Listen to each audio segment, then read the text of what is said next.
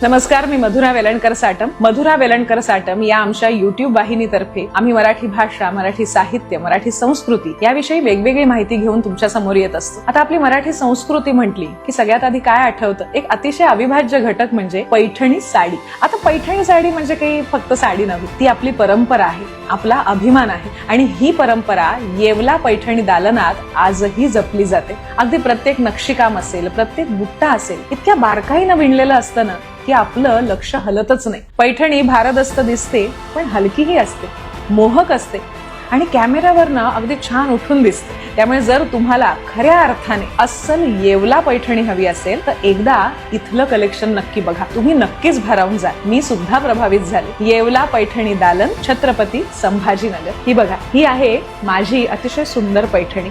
ही नेसून मी photo share करणार आहेच, पण तुम्हाला जर अशी सुंदर पैठणी हवी असेल तर त्यांच्या दालनालाही भेट द्या आणि Instagramवर त्यांचं पेज आहे, तिथे सुद्धा तुम्ही जाऊन हे कलेक्शन बघू शकता. धन्यवाद.